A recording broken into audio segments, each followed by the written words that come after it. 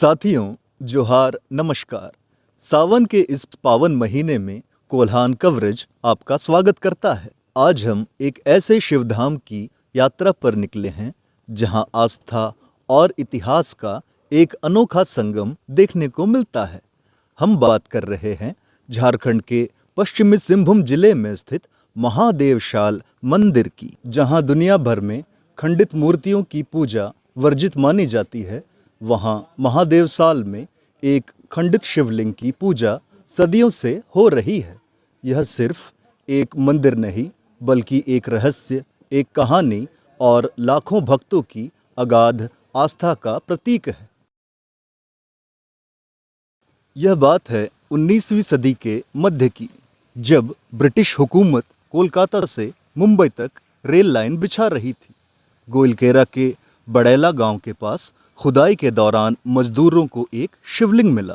मजदूरों ने काम रोक दिया, लेकिन अंग्रेज इंजीनियर रॉबर्ट हेनरी ने इसे अंधविश्वास करार दिया। कहा जाता है कि उन्होंने स्वयं फावड़ा उठाया और शिवलिंग पर वार कर दिया, जिससे शिवलिंग 2 हिस्सों में खंडित हो गया। और चमत्कार देखिए, शिवलिंग खंडित होते ही रॉबर्ट हेनरी की मृत्यु हो गई। उनकी कब्र आज भी पश्चिमी रेलवे केबिन के पास इस घटना की गवाह है। इस घटना से घबराकर और ग्रामीणों के विरोध के चलते अंग्रेजों को रेल लाइन का रास्ता बदलना पड़ा और 2 बड़ी सुरंगें बनानी पड़ी। जिस स्थान पर शिवलिंग प्रकट हुआ, वहां महादेवशाल मंदिर का निर्माण हुआ।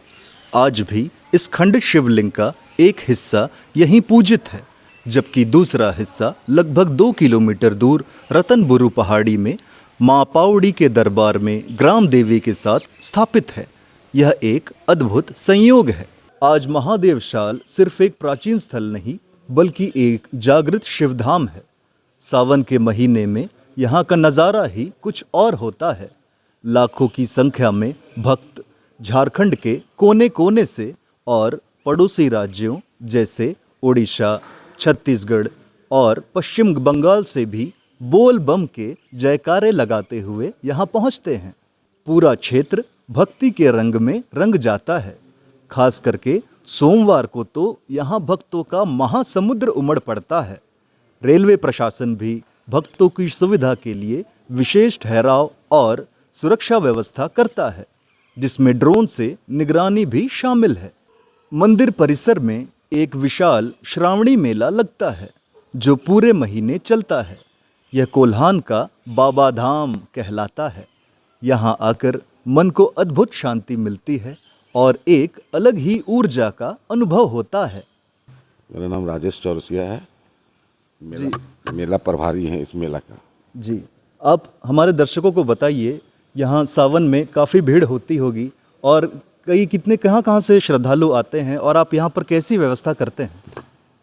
श्रद्धालु 4-5 स्टेट से आती है, राज्य से, और लाखों की संख्या में भीड़ होती है। और हम प्रयास करते हैं कि हर सुविधा श्रद्धालु को हम दे सकें, चाहे पानी हो, चाहे शौचालय हो, चाहे धर्मशाला हो, हर सुविधा मुहिम कराते हैं श्रद्धालु को। उसके अलावा रेल द्वारा हम लोग को ट्रेन मिलती है। अभी 11 जोड़ी ट्रेन मिली है, एक्सप्रेस और सवारी गाड़ी। वही 7 से 9-8 तक रुकेगी महादेवशाल मंदिर में। आइए, दर्शकों को अपना नाम बताइए। सीताराम बेसरा।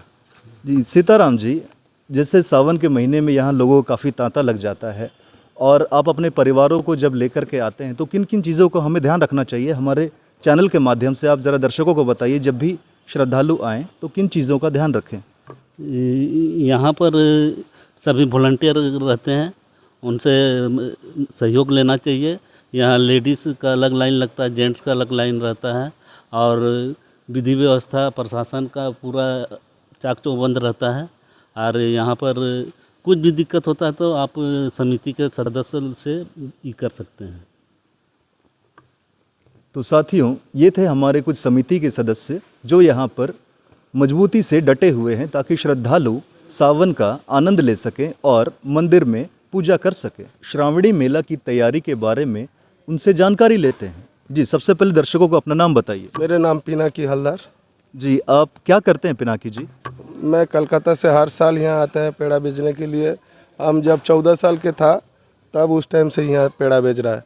यहाँ का व्यवस्था, प्रशासन और कमेटी वाला भी बहुत अच्छा है। यहाँ का व्यवस्था भी बहुत अच्छा है, इसलिए हम लोग उतना दूर से यहाँ हर साल आता है। अगर आप भी इस सावन में शिव भक्ति में लीन होना चाहते हैं और एक अद्वितीय इतिहास के गवाह बनना चाहते हैं तो महादेवशाल धाम की यात्रा अवश्य करें और यहाँ आकर आपको खंडित शिवलिंग के रहस्य और आस्था की शक्ति का अनुभव होगा। कैमरामैन भगीरथी गर्ग के साथ मैं राजा बोईपाई, कोल्हान कवरेज।